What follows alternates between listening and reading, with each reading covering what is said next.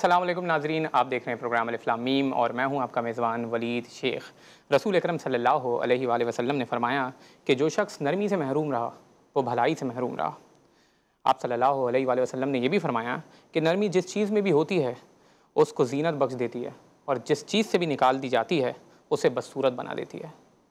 یہ اقوال، یہ حدیثیں اس قوم کے لیڈر کی ہیں کہ جس قوم میں گھریلو تنازعات اور ناچاکیاں اور جھگڑے بڑھتے جا رہے ہیں۔ یعنی ہمارے معاشرے میں ہر دوسرے دن کوئی نہ کوئی ایسی خبر آتی ہے کہ کسی شوہر نے اپنی بیوی کا قتل کر دیا، بیٹے نے باپ کا قتل کر دیا، بیوی نے شوہر کا قتل کر دیا۔ ابھی ایک بڑی عجیب خبر آئی کہ ایک بیٹے نے اپنی والدہ کا قتل کر دیا، اپنی بہن کا قتل کر دیا، اپنے بھائی کی بیوی کا قتل کر دیا، اور ایک چھوٹی بچی کا بھی قتل کر دیا، صرف اس وجہ سے کہ ٹک ٹاک کی ویڈیوز بنانے کے اوپر کوئی ڈسپیوٹ ہو گیا تھا۔ وہ لڑکا حالانکہ عمرہ کر کے آیا تھا ایک ہفتے پہلے، یہ میں کراچی کا ہی واقعہ بتا رہا ہوں آپ کو، تقریباً 15 دن پرانا۔ تو اس قسم کے واقعات ہمارے پاس پے در پے ہمارے سامنے آتے جا رہے ہیں، اور ہم اس قسم کے پروگرامز کرتے بھی رہتے ہیں ان ایسے ایشوز کو ہائی لائٹ کرنے کے لیے۔ مگر کچھ مسائل ہیں جو ڈیپ روٹڈ ہیں ہماری سوسائٹی کے اندر، اور اس کے اوپر کچھ جو آبویسلی ان کا حل بھی اتنا آسان نہیں ہے، بلکہ ان کے لیے بھی ہمیں باقاعدہ کام کرنے کی ضرورت ہے۔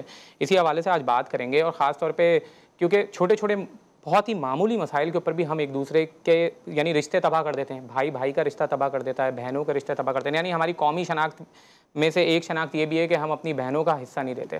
یہ ایسی ریالٹی ہے کہ جس کو کوئی بھی شخص پاکستان میں رہنے والا ڈینائی نہیں کر سکتا۔ جائیداد اور وصیت کے معاملات ہمارے یہاں بالکل لوزلی لیے جاتے ہیں، ہم اس کو بالکل بھی سیریس نہیں لیتے، اور اسی وجہ سے جب والد کا انتقال ہوتا ہے تو گھر کے تنازعات ہو جاتے ہیں، اور اس کے اوپر بہن بھائیوں کے جو ہے رشتے تباہ ہو جاتے ہیں۔ اور ظاہر ہے چھوٹے چھوٹے ایشوز کے اوپر، یعنی آپ اس کو سوچیں کہ ہم کتنے چھوٹی ذہنیت کے لوگ ہیں کہ ہمارے معاشرے میں یہ بالکل عام مسئلہ ہے، اور ہم ایک اتنے چھوٹے چھوٹے سے مسئلے، یعنی ایک گھر کا مسئلہ ہے، ہم نے جائیداد نہ دینے کی پہلے سے ٹھان لی ہے، اور اس چھوٹے سے مسئلے کے اوپر یعنی 2 4 لاکھ 15 لاکھ 20 لاکھ کے چکر میں ہم بہن بھائیوں کے رشتے تباہ کر دیتے ہیں۔ تو اس حوالے سے بات کریں گے۔ ہمارے ساتھ موجود ہیں علماء کرام قابل قدر واجب الاحترام۔ سب سے پہلے ہمارے ساتھ موجود ہیں معروف عالم دین، اسسٹنٹ پروفیسر الغزالی یونیورسٹی، ڈاکٹر مفتی رشید احمد خورشید صاحب۔ السلام علیکم سر، کیسا الحمدللہ۔ اور پھر ہمارے ساتھ موجود ہیں ممتاز عالم دین، سربراہ دارالعلوم شہابیہ سیالکوٹ، مولانا عمران بشیر صاحب۔ السلام علیکم سر۔ وعلیکم السلام ورحمۃ اللہ۔ سر آپ ہی سے گفتگو کا آغاز کروں گا کہ آپ کے خیال میں پاکستان میں جو گھریلو تنازعات ہیں بڑھتے ہوئے، ان کی شرح جو بڑھ رہی ہے، اس کی کیا وجوہات ہیں؟ بسم اللہ الرحمن الرحیم، نحمدہ و نصلی علی رسولہ الکریم۔ سب سے بنیادی بات ولید بھائی یہ ہے کہ آقا کریم علیہ الصلوۃ والسلام کے بارے میں اللہ تعالیٰ قرآن پاک میں فرماتے ہیں لقد کان لکم فی رسول اللہ اسوۃ حسنہ، کہ اگر تم اپنے اندر کو حسین بنانا چاہتے ہو نا، اس کا ایک ہی طریقہ ہے، جیسے چلنے کا ایک طریقہ ہے، اور سوچنے کا اللہ نے ایک طریقہ رکھا ہے، سننے کا، سونگنے کا، بولنے کا، ایسے ہی اللہ تعالیٰ نے جو اندر کے حسین بنانے کا جو طریقہ مقرر فرمایا ہے وہ ایک ہی ہے، لقد کان لکم فی رسول اللہ اسوۃ حسنہ، کہ آقا کریم علیہ الصلوۃ والسلام کی مبارک زندگی کو اپنا لیا جائے۔ پاک ہمارے اندر کو اتنا حسین کر دیں گے کہ جس کا میں آپ تصور بھی نہیں کر سکتے۔ آج جتنی بھی معاشرے کے اندر بربریت کی اور ظلم کی مثالیں ہمیں مل رہی ہیں، میں تو خبر یہ پڑھ کے یقین کریں میں آپ کو اپنی کیفیت نہیں بتا سکتا کہ ماں کے جذبات دیکھیں کہ ماں کیا کہہ رہی ہے کہ میرا بچہ جذباتی ہے اور اس کو کھانا وقت پہ دینا، اور اس کو کہہ دینا کہ ماں نے قتل بھی معاف کر دیا ہے۔ اللہ ماں اکبر۔ کی ممتا کو دیکھیں اور بچے کی بربریت اور ظلم کو دیکھیں۔ میرا چونکہ پورے پاکستان کی جیل خانہ جات میں جانا ہوتا رہتا ہے، تو اس طرح کے اور بھی بڑے بڑے نادان لوگ اور ظلم یہ انتہا پہ پہنچنے والے ان سے ملاقات ہوتی ہے، تو میرا اکثر سوال ہوتا ہے ولید بھائی کہ جیل میں آنے کی بنیادی وجہ کیا ہے آپ لوگوں کی؟ تو 2 کوشچن عام طور پہ میں پوچھتا ہوں، پھر خود ہی اس کا وہ جواب دیتے ہیں۔ نمبر 1 کہ برے لوگوں کی صحبت، برے دوستوں کی سنگت، کیا آپ ان کے ساتھ تو نہیں اٹھتے بیٹھتے؟ تو وہ افسوس کے ساتھ کہتے ہیں کہ جی ہم بالکل بیٹھتے ہیں۔ پورے قرآن پاک میں 9 مرتبہ حسرت کا لفظ آیا ہے، حتیٰ کہ کل قیامت کے دن کافر اتنا کہے گا صرف یقول الکافر یا لیتنی، کاش میں شرک نہ کرتا، لم اشرک بربی احدا. لیکن جو برے دوستوں کو اپنے ساتھ لے کے چلتا رہا، پورے قرآن پاک میں ڈبل حسرت صرف ایک مرتبہ آئی ہے، یا ویلتا لیتنی لم اتخذ فلانا خلیلا. افسوس بھی افسوس کرے گا، حسرت بھی حسرت کرے گی کہ کاش میں فلاں لوگوں کو اپنا دوست نہ بناتا، میں اچھے لوگوں کی سنگت اختیار کرتا، اچھے لوگوں سے اٹھنا بیٹھنا رکھتا. ایک تو بنیادی طور پر ولید بھائی جو معاشرے میں یہ بربریت اور ظلم اور اس کی مثالیں جو قائم ہو رہی ہیں، ہم نے اللہ والوں سے، نیک بندوں سے تعلق کم کرنا شروع کر دیا ہے، اور ان کے پاس جانے کو وقت کا ضیاع سمجھنا شروع کر دیا، اور حتیٰ کہ پوری زندگیاں پورے خاندان ضائع ہو رہے ہیں. تو اللہ کا واسطہ صحابہ کرام بھی صحبت سے بنے ہیں، اور ہم بھی صحبت، اللہ والوں کی صحبت، اللہ والوں کی سنگت، صحبت صالح ترا صالح کند، صحبت طالح ترا طالح کند. نیک لوگوں کی صحبت آپ کو اچھا بنا دیتی ہے، برے لوگوں کی صحبت آپ کو برا بنا دیتی ہے. تو پہلی گزارش تو یہ ہے کہ ہم نے اچھے لوگوں کے ساتھ بیٹھنا ہے، تبھی اس معاشرے سے یہ نسل ختم ہوگا. اور اچھے لوگوں کی نشانی آقا کریم علیہ الصلوۃ والسلام نے 3 بیان فرمائی ہیں.